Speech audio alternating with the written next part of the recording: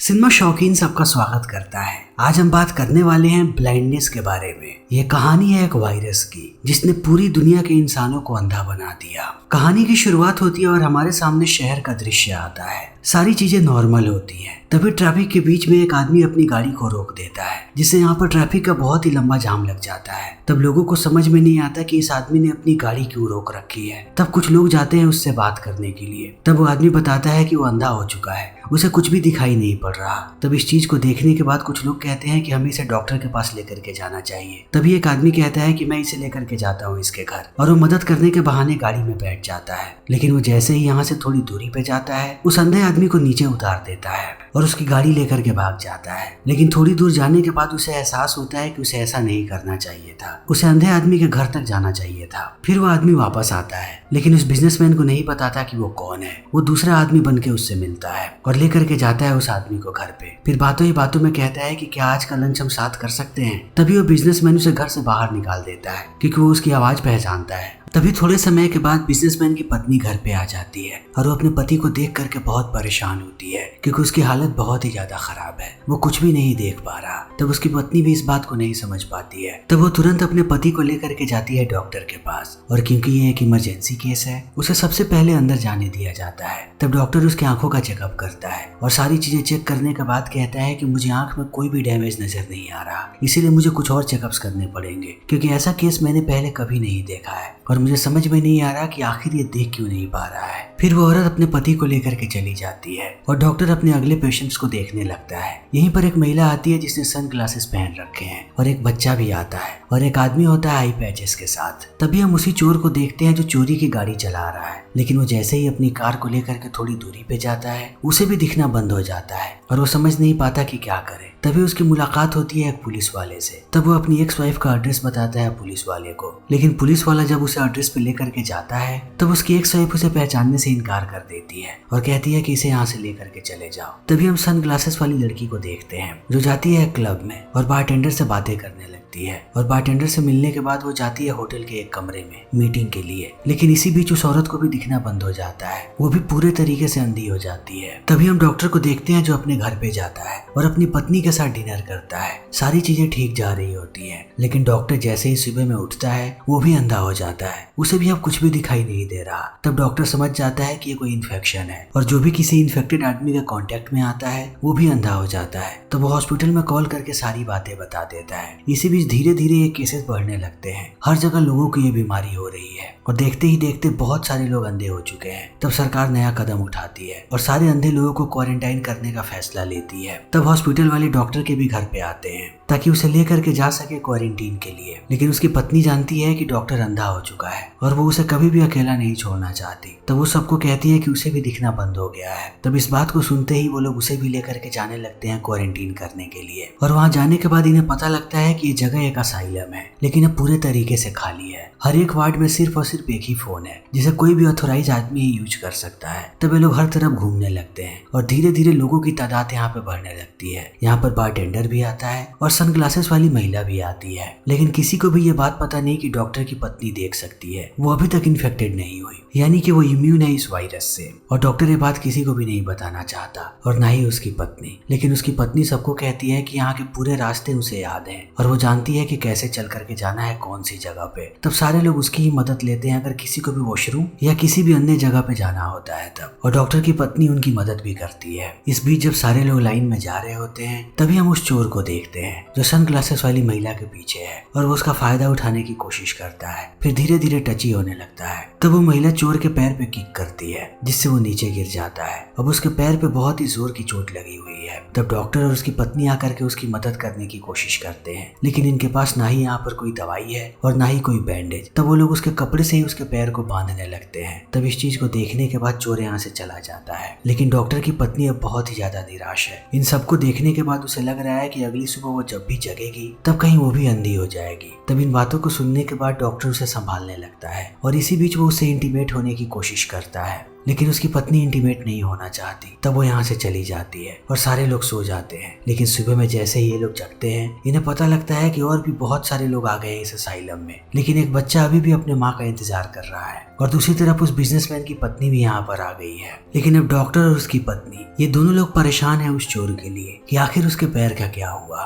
क्योंकि इन्हें नहीं पता कि अब वो चोर कहाँ पे है। तब धीरे धीरे ये लोग आगे बढ़ने लगते हैं। तभी हम देखते हैं कि यहाँ पर बहुत सारे अब गार्ड्स आ चुके हैं जो इन पे बंदूकें तान देते हैं और कहते हैं कि बिल्कुल भी आगे आने की कोशिश मत करना, तुम लोग इन्फेक्टेड हो। तब ये लोग कहते हैं कि हम सिर्फ उस आदमी के बारे में जानना चाहते हैं कि अब उसका पैर कैसा है। तब ये लोग कहते हैं कि हमें भी उसके बारे में नहीं पता, वापस चले जाओ। फिर ये लोग वापस आने लगते हैं। तभी सबके लिए खाना भिजवाया जाता है, लेकिन ये खाना बिल्कुल भी अच्छा नहीं होता। जेल के कैदियों को भी इससे अच्छा खाना मिलता है। फिर ज्यादातर लोग ठीक से खा भी नहीं पाते। और जैसे ही डॉक्टर की पत्नी इस चीज को देखती है, वो इमरजेंसी फोन का इस्तेमाल करती है ताकि बाहर से खाना और बैंडेज मंगवा सके लोगों का उपचार करने के लिए। लेकिन कोई भी कॉल को नहीं उठाता, सिर्फ आंसरिंग मशीन बजती रहती है। तब डॉक्टर की पत्नी और भी ज्यादा परेशान हो जाती है। और दूसरी तरफ सारे लोगों की मानसिक स्थिति भी अब खराब हो रही है। उन्हें पता है कि सारे लोग अंधे हैं, इसीलिए अब उन्हें किसी चीज की कोई परवाह नहीं। वो हर जगह नंगे ही घूमते रहते हैं और सारे नियमों का उल्लंघन करते हैं। इसी बीच हम बिजनेसमैन को देखते हैं जो अपनी पत्नी को संभालने की कोशिश करता है। उसे पता है कि वो बहुत ही ज्यादा परेशान है। तब वो अपने पुराने समय की किस्से कहानियां सुनाता है कि जब ये दोनों जवान थे तब एक साथ कितने खुश थे। लेकिन डॉक्टर की पत्नी इन बातों पर बिल्कुल भी ध्यान नहीं देती। उसे बिल्कुल भी विश्वास नहीं हो रहा कि ये लोग जीवन में फिर कभी खुश भी हो सकते हैं। तभी हम डॉक्टर की पत्नी को देखते हैं जिसे कुछ आवाजें सुनाई पड़ती हैं। तब वो उन आवाजों का पीछा करने लगती है और जाती है बाथरूम के अंदर। तभी उसे आई पैचेस वाला आदमी नजर आता है जिसके पास एक रेडियो है। वो दिन भर रेडियो पे खबर सुनते रहता है। तब डॉक्टर की पत्नी उसे बाहर लाती है और कहती है कि सारे लोग जानना चाहते हैं कि आखिर बाहर क्या हो रहा है और तुम हमेशा खबर सुनते रहते हो, तो तुम हमें बता सकते हो। फिर वो आदमी पूरी कहानी सुनाना शुरू करता है कि जब धीरे धीरे केसेस बढ़ रहे थे और जैसे ही लोगों की तादाद 100 तक हुई, तब उन सारे लोगों को इस असाइलम में डाल दिया गया। और हर जगह के वैज्ञानिक इस बारे में खोज करने लगे कि आखिर हो क्या रहा है लोगों के साथ। वो इसकी दवाई बनाना चाहते थे, लेकिन एक वक्त ऐसा आया जो दवाई बना रहे थे वही अंधे हो गए। तब ये बीमारी और भी तेजी से फैलने लगी। धीरे धीरे सड़कों पे दुर्घटना होने लगा क्योंकि कोई भी कभी भी अंधा हो जा रहा था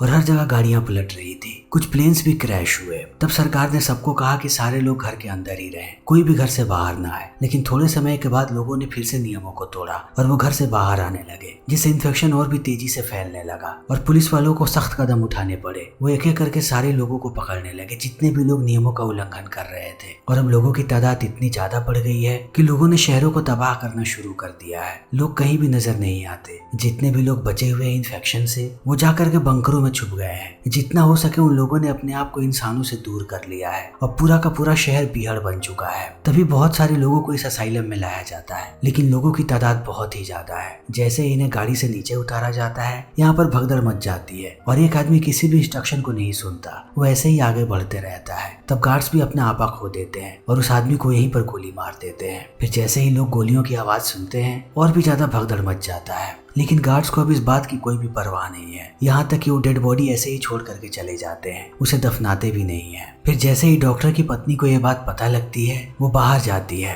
और कोशिश करती है कि वो डेड बॉडी को दफना दे। लेकिन बाहर के गार्ड्स उसके साथ ऐसे ही मजाक करते रहते हैं कि उन्हें लगता है कि वो अंधी है। तभी हम डॉक्टर को देखते हैं जो सारे लोगों से बात करता है और कहता है कि जितना भी खाना यहाँ पर आ रहा है, एक वार्ड में लोग खाना सबसे ज्यादा ले रहे हैं, जिससे सबको दिक्कतों का सामना करना पड़ रहा है। इसीलिए मैं चाहता हूँ कि हम एकजुट होकर के काम करें, तभी सबको भरपेट खाना मिलेगा। तभी इन बातों को सुनने के बाद बारटेंडर भड़क जाता है और कहता है कि तुम हमारे मुखिया नहीं हो, इसीलिए अब आज से मैं यहाँ का मुखिया हूँ। सबसे पहले हम लोग ही खाना खाएंगे और जब खाना बचेगा तभी कोई दूसरा खाएगा। तब इस बात को सुनने के बाद कुछ और लोग भी बारटेंडर के साथ खड़े हो जाते हैं। तभी हम डॉक्टर की पत्नी को देखते हैं जो जाती है उस चोर के पास। तब वो देखती है कि इस चोर की हालत बहुत ही ज्यादा खराब है, उसे बहुत ही तेज बुखार है। जिस पैर पे उसे चोट लगी थी उसके पैर में इन्फेक्शन हो गया है और धीरे धीरे वो मौत के करीब जाते जा रहा है। फिर वो उसे संभालने की कोशिश करती है, लेकिन चोर कहता है कि मेरे पास मत आओ, मुझे पता है कि तुम देख सकती हो और अगर तुम मेरे और करीब आई तब मैं ये बात सबको बता दूंगा। फिर इन बातों को सुनने के बाद डॉक्टर की पत्नी यहाँ से भाग जाती है, लेकिन वो फूट फूट के रोती है कि वो एक आदमी की मदद नहीं कर सकी। लेकिन अब चोर बहुत ही ज्यादा परेशान है, वो कैसे भी अपने आप को ठीक करना चाहता है। फिर वो ऐसे ही चलते हुए बाहर जाता है। गार्ड्स उसे बार बार रोकने की कोशिश करते हैं लेकिन वो नहीं रुकता। तब अंत में वो लोग उसे गोली मार देते हैं। तभी डॉक्टर की पत्नी जाती है डॉक्टर के पास और कहती है कि अब मैं थक चुकी हूँ, मुझे लगता है कि मुझे सबको सच्चाई बता देनी चाहिए कि मैं देख सकती हूँ। तब डॉक्टर उसे समझाता है और कहता है कि ऐसा बिल्कुल भी मत करना, वरना यहाँ पर कुछ भी हो सकता है। इसी बीच वो कहता है कि मुझे नहीं लगता कि अब तुम मेरी पत्नी हो, क्योंकि तुम यहाँ की नर्स बन चुकी हो। तुम्हें देख के बिल्कुल भी नहीं लगता कि तुम्हें अब मेरी परवाह भी है। तभी हम बारटेंडर को देखते हैं जो पहुंच जाता है कंट्रोल रूम में और यहाँ पर उसके पास एक माइक भी है। यहाँ का एक आदमी बारटेंडर के साथ है जो पैदाइशी अंधा है,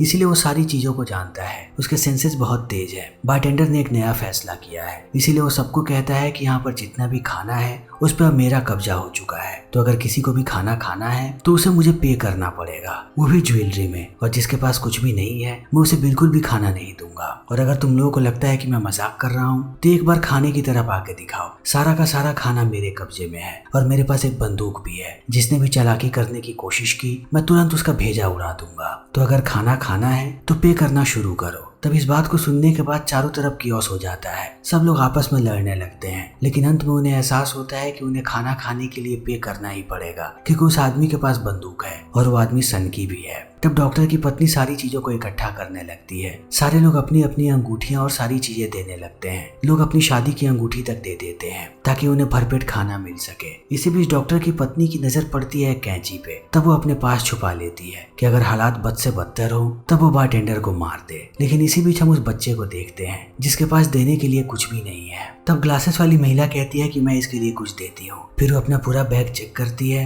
और कुछ कीमती चीजें देती है और ये सारी चीजें लेकर के वो लोग जाते हैं बारटेंडर के पास। तब वो अंधा आदमी बड़े ही ध्यान से सारी चीजों को छूता है और बताता है कि कौन सी चीज कितनी कीमती है। तो बारटेंडर उसी हिसाब से खाना देता है, लेकिन अभी भी जितनी चीजें इन लोगों ने दी हैं बारटेंडर ने उसके मुताबिक बहुत ही कम खाना दिया है। फिर जब सारे लोग खाना खाने लगते हैं तब डॉक्टर बहुत ही ज्यादा गुस्सा हो जाता है, क्योंकि शुरुआत में वो सबका लीडर था। तब सारी चीजें ठीक जा रही थी। तब इस चीज को देखने के बाद सनग्लासेस वाली महिला उसे संभालने लगती है और कहती है कि ये तुम्हारी गलती बिल्कुल भी नहीं है, तुमने कुछ भी गलत नहीं किया है।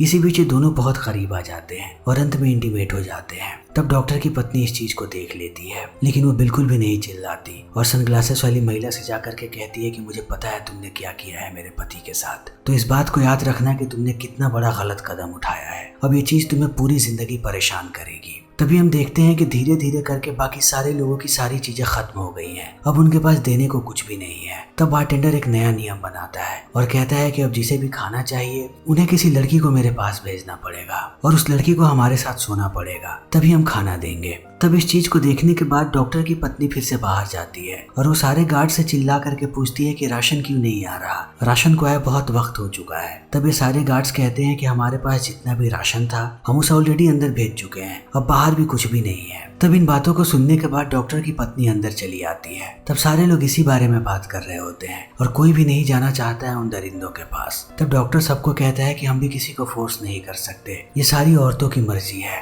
अगर कोई खुद जाना चाहती है तो वो जा सकती है, हम उन्हें कभी भी जज नहीं करेंगे और इस बारे में कोई भी बात नहीं करेगा। तब एक महिला हाथ खड़ा करती है और कहती है कि मैं जाने को तैयार हूँ ताकि सबको खाना मिल जाए। तब इस बात को सुनने के बाद और भी महिलाएं चली आती हैं, ये सब भी जाने को तैयार हैं। तभी हम बिजनेसमैन की पत्नी को देखते हैं, वो भी जाने के लिए तैयार हो जाती है। तब बिजनेसमैन उसे रोकता है, लेकिन वो कहती है कि मुझे सबके लिए ये करना पड़ेगा। तब एक एक करके सारी लड़कियां चली जाती हैं उस वार्ड में, लेकिन ये लोग दरिंदे हैं, ये उनका बलात्कार तो करते ही हैं, उसके साथ साथ वो बड़ी बेरहमी से एक महिला को पीटते भी हैं और वो महिला अपनी अंतिम सांसें लेने लगती है। फिर जब सारी महिलाएं वापस आती हैं तब कोई भी खाना लेकर के नहीं आता, वो एक महिला को उठा करके ला रही होती है। तब डॉक्टर की पत्नी उस महिला को बचाने की कोशिश करती है, लेकिन जल्दी वो महिला अपना दम तोड़ देती है। तब इस चीज को देखने के बाद सारे लोग बहुत ही ज्यादा टूट जाते हैं और कुछ और लोग जाकर के खाना लाते हैं। तभी अगले दिन वो अंधा आदमी बाहर आता है क्योंकि वो चाहता है कि और भी महिलाएं अंदर आएं। तब वार्ड नंबर 2 से बहुत सारी महिलाएं अंदर चली जाती हैं, लेकिन इसी बीच उस अंधे आदमी को डॉक्टर की पत्नी बताती है कि उन लोगों ने कल महिला के साथ क्या किया, उस महिला की मृत्यु हो चुकी है। तभी अंधा आदमी भी परेशान हो जाता है और डॉक्टर की पत्नी अब बहुत ही ज्यादा गुस्से में है।